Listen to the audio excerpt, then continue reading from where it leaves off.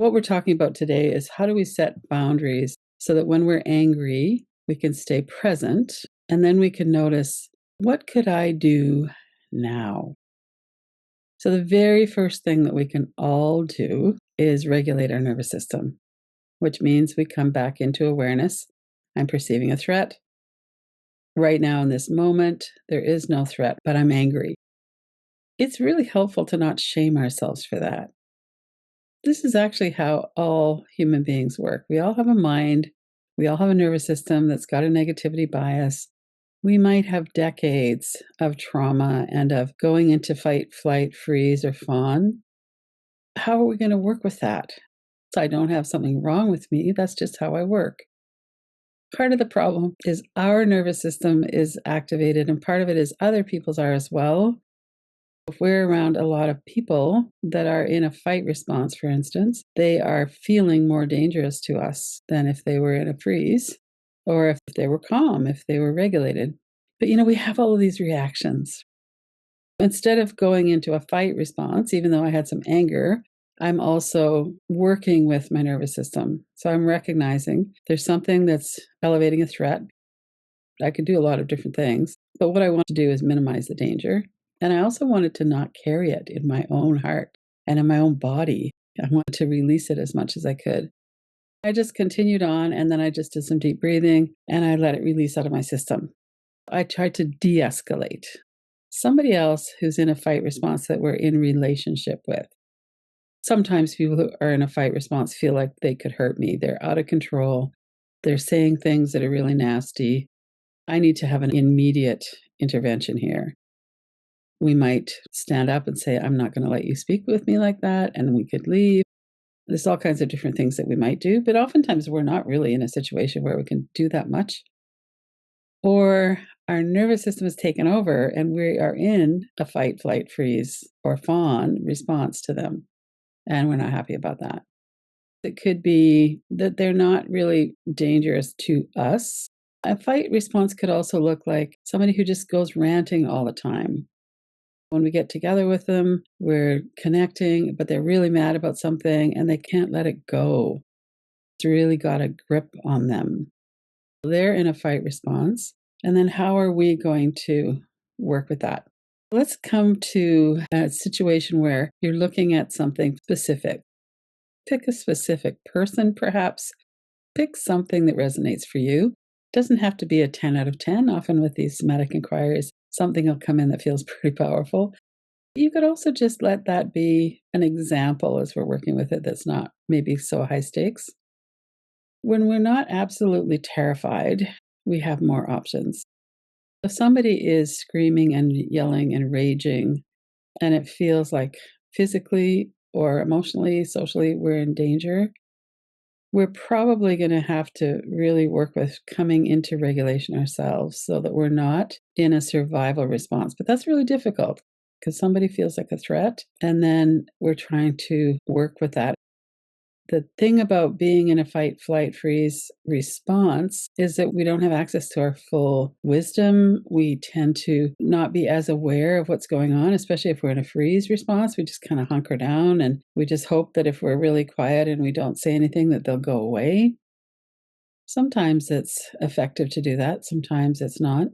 But we don't really have access to our full human capacity when we're in a survival response.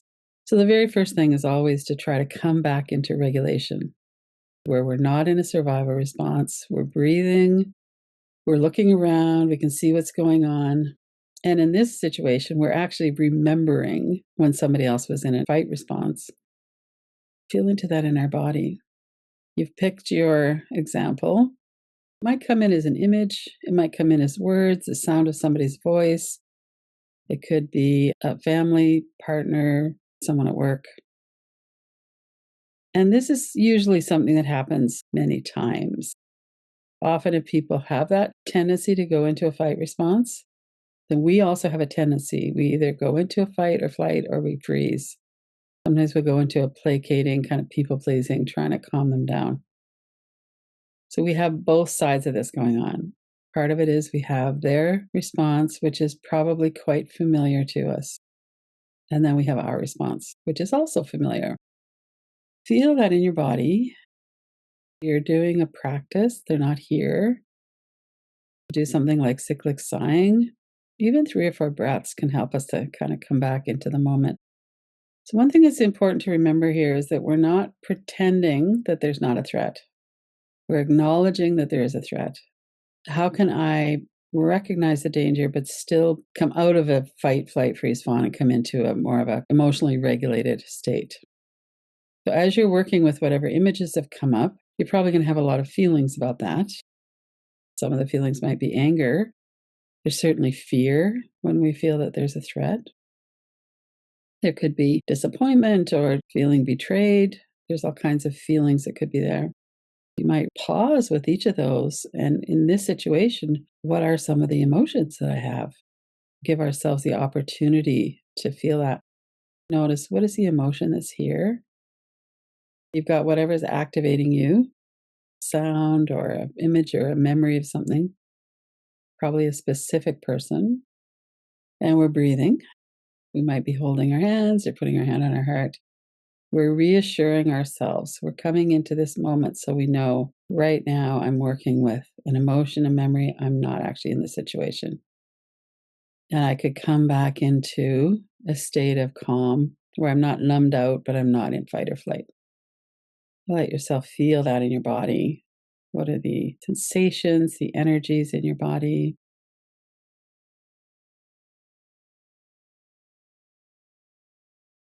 When we are facing some kind of injustice, that's often how we feel. Like it shouldn't be this way. Or we might be really angry at the people who we see are causing that. But right now, coming back into what are some people in your personal life? If you have someone like that who tends to go into that fight response and then you go into whatever response you go into, pay attention to that for a moment. One of the things we can do to come back into regulation is to tap on our forehead or make circles on our forehead. We're trying to take our attention away. We're breaking the trance of thoughts in the mind. Something like that can help us to come back. Tapping on the forehead tends to be more effective, I find, with sound. I had a boss. I used to like to just harangue everybody with political stuff and religious stuff, and nobody really felt like we could say anything.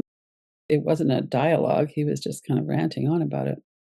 As I just thought of that, so I have an image of all of us sitting around and him standing in the doorway and just kind of going on and on. So, whatever that is for you, look at it like a picture.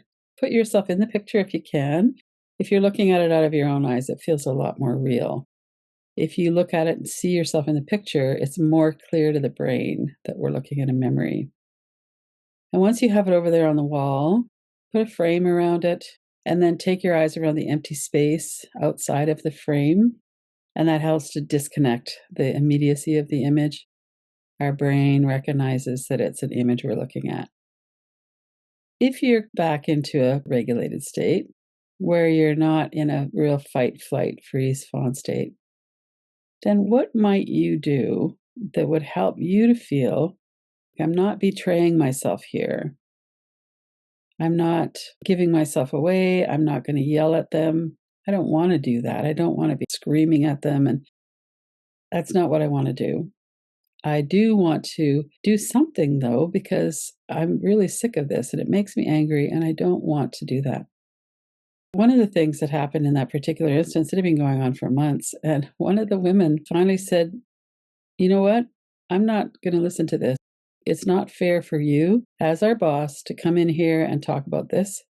I would like for us to have nobody talk about politics or religion at work. Are you willing to do that? I remember I was just blown away. Wow, she has a lot of courage. And her voice was steady, she was calm. If you were to set a boundary with this person, it might be something like, I appreciate that you're feeling angry about this.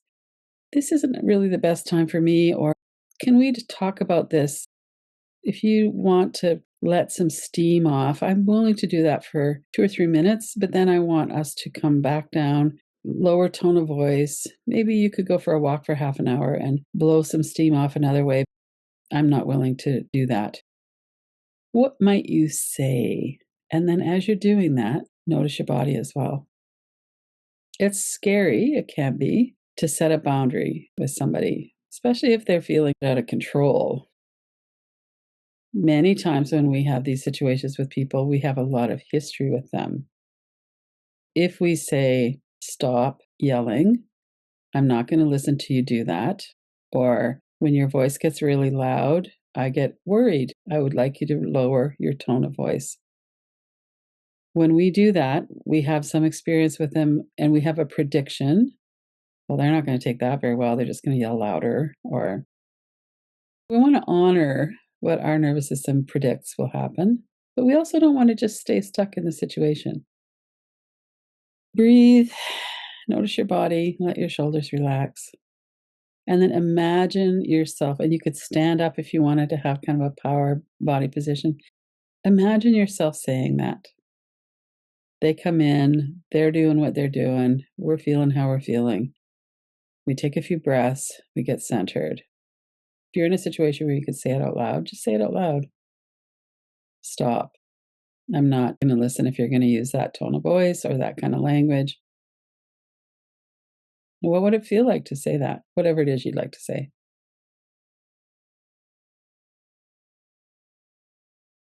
Try it out. Notice what's happening in your body. Is there fear? If you're getting really into the justification of it, see if you can let that move to the background. We don't have to justify ourselves. If we don't want to be around someone who's ranting or spewing anger or in a fight response, we don't have to be around them. There might be consequences depending on the power dynamic, but nobody has the right to do that to us. We don't have to convince ourselves that we have the right to stand up for ourselves or to set a boundary. So you might be seeing them, you might see yourself in the image. The next time this happens, this is what I'm going to do.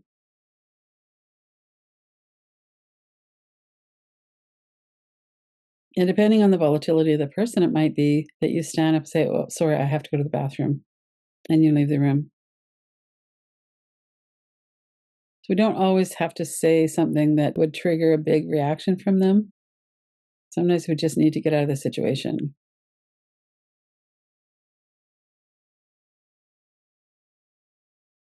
And sometimes we're going to be a lot more firm. We've talked about this. I'm not willing to be the receptacle for your raging. I'm going to get up and leave now, or get off the phone, or whatever that might be. Let it play out a little bit. What are they going to do? And what are you going to do? What's your response going to be then?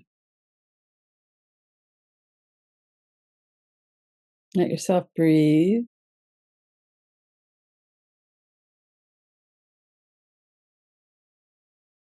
It's very hard to go counter to our conditioning. That's partly why we need to be kind to ourselves. It's partly why we need to be smart about how we're going to set a boundary. If we're going to go into a fawning or a freeze, maybe there's other ways we could set a boundary, like avoiding them or not spending as much time around them. The person that they're dealing with drinks, maybe they're only around them in the morning or before 2 in the afternoon or something, because after that, it gets out of control. If we're not in a survival response, we could really think it through. Maybe we could ask a few friends, like, what would you do in that situation? You know the person. What's your sense of that? For a long time with my ex partner, I just made a commitment to breathe. So she'd be going off about something. I didn't feel physically threatened by her. So I would try to stay steady and breathe.